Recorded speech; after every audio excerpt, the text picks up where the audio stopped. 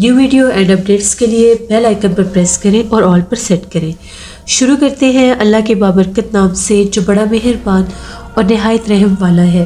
तमाम तारीफ़ें मेरे अल्लाह रब्बुल इज़्ज़त के लिए हैं। हॉरर स्टोरीज उर्दू के मुअज़्ज़िज़ नाज़रीन को मेरी तरफ से अस्सलाम वालेकुम। उम्मीद करती हूँ आप सब लोग खैरियत से होंगे, जहाँ होंगे खुश होंगे। आज आप लोगों के लिए मैं वेरी इंटरेस्टिंग हॉरर स्टोरीज लाई हूँ एज़ यूजुअल, जो आप लोगों को बहुत पसंद आएगी। आज की पहली horror story Waqas Ahmed share कर रहे हैं मैनचेस्टर से। वकास कहते हैं कि आज आपके साथ मुहिब नामी शख्स की कहानी शेयर करना चाहता हूँ जो इटली के शहर रोम से था। वो कहता है कि मैं पिछले 15 साल से इटली के शहर रोम में हूँ और मैं वहाँ पर बिल्डिंग का काम करता हूँ, यानी कंस्ट्रक्शन जो रेनोवेशन होती है हम उन बिल्डिंग्स का काम करते हैं। तो एक दफ़ा ऐसा हुआ कि मुझे एक शख्स की कॉल आई। उसने मुझे ये कहा कि फ़लाँ जगह है, गाँव टाइप जगह थी, तो वहाँ पर एक पुराना चर्च था जो पिछले 20 बरस से बंद था, क्योंकि वहाँ के इलाके वालों ने एक नया चर्च बनाया था। वो आबादी से हट के था, लेकिन वहाँ के जो बूढ़े लोग थे उनको उस नए चर्च में जाने में बहुत दिक्कत होती थी, क्योंकि वो गांव की आबादी से हट कर था। तो वो ये चाह रहे थे कि वो जो गांव वाला पुराना चर्च है जो पिछले 20 बरस से बंद पड़ा है, उसको दोबारा से रीओपन किया जाए, उसमें रेनोवेशन या उसका जितना भी बिल्डिंग का काम होने वाला है वो किया जाए। मैंने उसे कहा कि ठीक है, मैं विज़िट कर लेता हूँ। उसने कहा कि ये काम बहुत जल्दी करना है, इसको डिले नहीं करना। मैंने उसे कहा कि ठीक है। मैं वेरी नेक्स्ट डे उस लोकेशन पर चला गया। तो वो जो चर्च वाला हिस्सा था, जाकर देखा, मेरी टीम भी साथ थी। तो वहाँ पर हमें पता चला कि यहाँ पर जितना भी वर्किंग टाइम पीरियड है वो मैक्सिमम 2 माह का है, यानी 2 माह में उस चर्च को हमने दोबारा से बिल्कुल ठीक कंडीशन में लेकर आना था। तो मैंने वहाँ पर काम शुरू करवा दिया। अब वहाँ पर मेरे साथ जो लेबर स्टाफ था वो काम करता था। कभी कभार दिन के टाइम वहाँ पर आबादी के लोग भी आ जाया करते थे। तो इस तरह से काम जारी और सारी था। काम के दौरान दिन के वक्त हमें कुछ भी ऐसा वैसा महसूस नहीं होता था। एक दफ़ा की बात है, बहुत तेज़ तूफ़ानी बारिश शुरू हो गई। तो जो लेबर्स थे वो जा चुके थे शाम के वक्त, और आज आबादी से भी कोई नहीं आया था। अभी मैं जाने वाला था तो मैं चर्च के कुछ हिस्सों को देख रहा था कि जहाँ पर काम हो चुका है कैसा हुआ है। तो जैसे ही मैं चर्च के अगले हिस्से की तरफ आने लगा तो मुझे वहाँ से ऐसी आवाज़ आई जिस तरह से कोई औरतें बातें कर रही हैं। जो ही मैंने चर्च के अंदर देखा तो जहाँ पर सिटिंग एरिया होता है वहाँ पर मैंने चेयर्स के ऊपर 2 नन्स को बैठे देखा जो काफ़ी ज़्यादा एजड थी। बूढ़ी नन्स आपस में बैठकर बातें कर रही थी। उनको देखकर मुझे बड़ा तज्जुब हुआ कि यहाँ पर तो ना कोई आता है, ना कोई आया है, ना ही अभी इस चर्च को बाकायदा से ओपन किया गया है। तो फिर ये नन्स कहाँ से आ गई? मैं उनके पास गया, मैं उनको बुलाने की कोशिश कर रहा था, उनसे बात करने की कोशिश कर रहा था, लेकिन उन्होंने मुझे टोटली इग्नोर किया, मेरी किसी बात का जवाब नहीं दिया, इवन कि मेरी तरफ देखा भी नहीं। और उठी, जिस तरफ फादर का सिटिंग एरिया होता है वो उस तरफ गई। मैं अपनी आंखों से उनको सामने देख रहा हूँ और वो गायब हो गई। जैसे वो गायब हुई मेरे तो रोंगटे खड़े हो गए। मैं वहाँ से यकीन ही नहीं कर पा रहा था कि ये गायब कैसे हो सकती है। मैं आगे गया, मैंने लाइट्स ऑन की, मैंने पूरा हिस्सा छान मारा, मुझे कहीं नजर नहीं आई। मैं तेज़ी से वहाँ से भागता हुआ बाहर आया और बिना पीछे पलटे वहाँ से चला गया।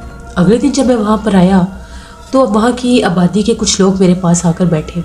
मैंने उनसे बात की कि यहाँ पर कल मेरे साथ ये माजरा हुआ है, आप इस बारे में कुछ जानते हैं?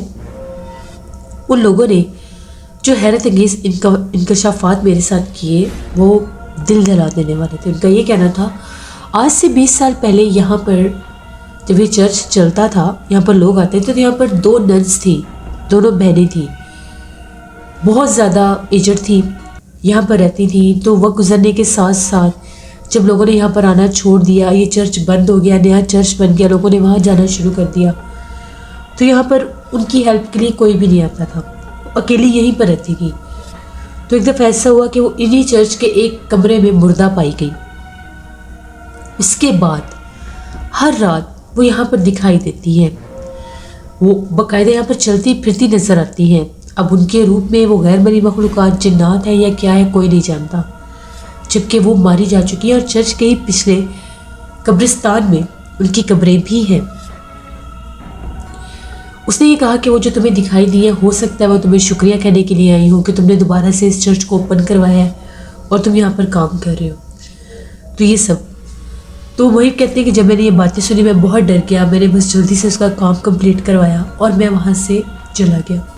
ये एक स्टोरी थी मोहिब की जो वकास अहमद ने शेयर की मैनचेस्टर से। बहुत शुक्रिया वकास साहब का। बढ़ते एक और खौफनाक कहानी की तरफ। ये हॉरर स्टोरी हारिस शेयर कर रहे हैं। हारिस कहते हैं, आज आपके साथ अपनी ज़िंदगी में पेश आने वाली एक बहुत ही ज़्यादा डरावनी कहानी शेयर करना चाहता हूँ। मैं अपने शहर का नाम नहीं बताना चाहता।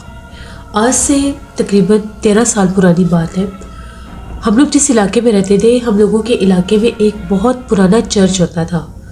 वो चर्च बिल्कुल आबादी के बीचों बीच था, लेकिन उस चर्च को बंद हुए हुए बहुत अरसा गुजर चुका था। यहाँ तक कि हम लोगों के पेरेंट्स इस बारे में बताते थे कि जब वो लोग भी छोटे छोटे होते थे, उन्हीं मोहल्ले और इलाकों के रहने वाले थे, तब से उस चर्च को बंद ही देख रहे हैं। यानी ये अंदाज़ा लगाया जा सकता था कि वो चर्च पिछले 50 या 60 साल से बंद ही था। शायद ये आबादी बनने से पहले कभी वो ओपन होता था, जब वहाँ पर क्रिश्चियन कम्युनिटी रहती थी। वक्त गुजरने के साथ साथ जब क्रिश्चियन कम्युनिटी अलग हुई, उनकी अलग सोसाइटी बनी, उनका अलग टाउन बना, तो वो चर्च भी बिल्कुल बंद हो गया। वहाँ पर सिर्फ क्रिश्चियन के 2-3 ही घर थे जो उस चर्च में जाया करते थे, जो मेन बड़ा चर्च उनका बनाया गया था।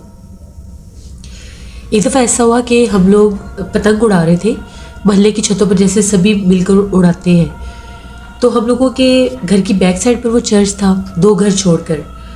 मैं और मेरा दोस्त जो था, हम लोग पतंग का जैसे वो पेचा लगाते हैं वो लगा रहे थे, तो एकदम से मेरा पतंग कटा और चर्च में जाकर गिर गया।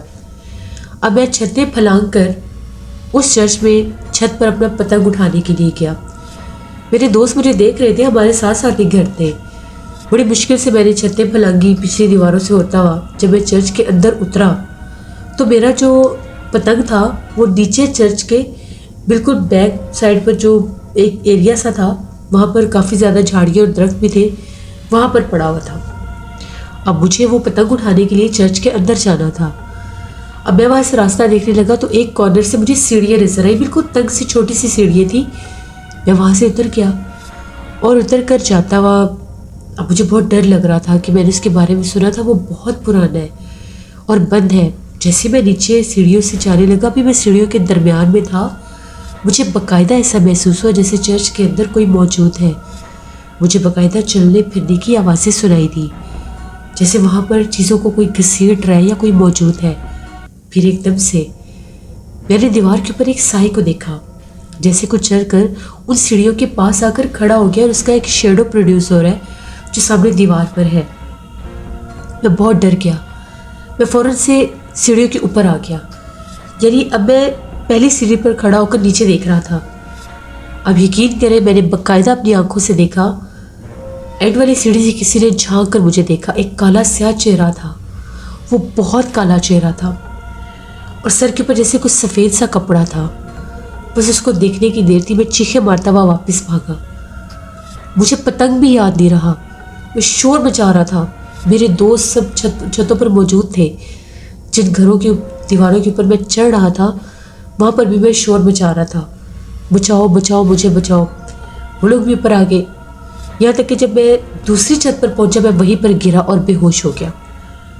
अब मेरे दोस्त देख रहे थे, उन सब ने पतंग वहीं पर छोड़े और वो उसी छत पर भागे। इतने में उस घर वाले भी ऊपर आ गए। उन लोगों ने देखा कि ये फलां घर का लड़का और ये बेहोश पड़ा है। उन लोगों ने जल्दी से हमारे घर में बताया कि इस तरह से ये बेहोश पड़ा है। मेरे घर वाले भी उधर आके मेरे मुंह पर पानी के छींटे मारे। जैसे मुझे होश आया, मैं छत पर ही था और सब मेरे आसपास थे। अभी अंधेरा नहीं हुआ था। मैं बहुत डर गया। मैं अपनी अम्मी को देखकर उनकी तरफ लपका, मैंने रोना शुरू कर दिया। मैंने सबको बताया कि मैंने चर्च में ये सब कुछ देखा है। तो वहाँ पर जल्दी से मुझे लेकर नीचे आए। सब बहुत ज़्यादा डर गए। ये बात पूरे मोहल्ले में फैल गई। तो वहाँ पर जो क्रिश्चियन के 2-3 घर थे, वो लोग भी आए। उन लोगों ने जब मेरे से ये बात सुनी, वो लोग बहुत ज़्यादा हैरान हुए और वो भी डर गए। उनका ये कहना था कि ये पिछले 50-60 साल से जैसे बंद है। तो 1-2 बार हम लोग इसकी सफाई के लिए गए थे। हम लोग भी डर गए थे। हमने बड़ी मुश्किल से इजाज़त दी थी यहाँ पर सफाई करने की। तो जब हम लोग अंदर गए थे, तो हमने भी वहाँ पर ऐसे ही काले चेहरे वाली किसी मखलूक को देखा था, जो बाकायदा वहाँ पर चल फिर रही थी। और हम लोग वहीं से वापस आ गए। ये बिल्कुल ठीक कह रहा है, इसने जो कुछ वहाँ पर देखा है वो मखलूक़ात वहाँ पर मौजूद है। वो जगह इतने कदीम अरसे से बंद है कि वहाँ पर ऐसी मखलूक़ात का होना ये कोई अनोखी बात नहीं हो सकती। उसके बाद कभी भी हम लोग उस चर्च वाली तरफ नहीं गए। हमें बहुत डर लगता है और बहुत ज़्यादा खौफ भी आता है। आज भी वो चेहरा जब मेरी आंखों के आगे आता है तो मेरे रोंगटे खड़े हो जाते हैं कि वो सब क्या था जो मैंने देखा। कि मेरी एक कहानी थी जो मैंने आपके साथ शेयर की। बहुत शुक्रिया हारिस साहब का। इसलिए हमेशा अपना ख्याल रखना चाहिए। कोई भी बंद स्कूल हो, बंद जगह हो, कोई बंद हॉस्पिटल हो, कोई भी ऐसी जगह हो जो काफ़ी अरसों से बंद हो और आपको पता हो, वहाँ पर आपकी बॉल चली जाए, वहाँ पर आपका कोई पतंग वगैरह चला जाए, तो बराए मेहरबानी उन चीज़ों को वहीं छोड़ दिया करें, इनको लेने मत जाया करें।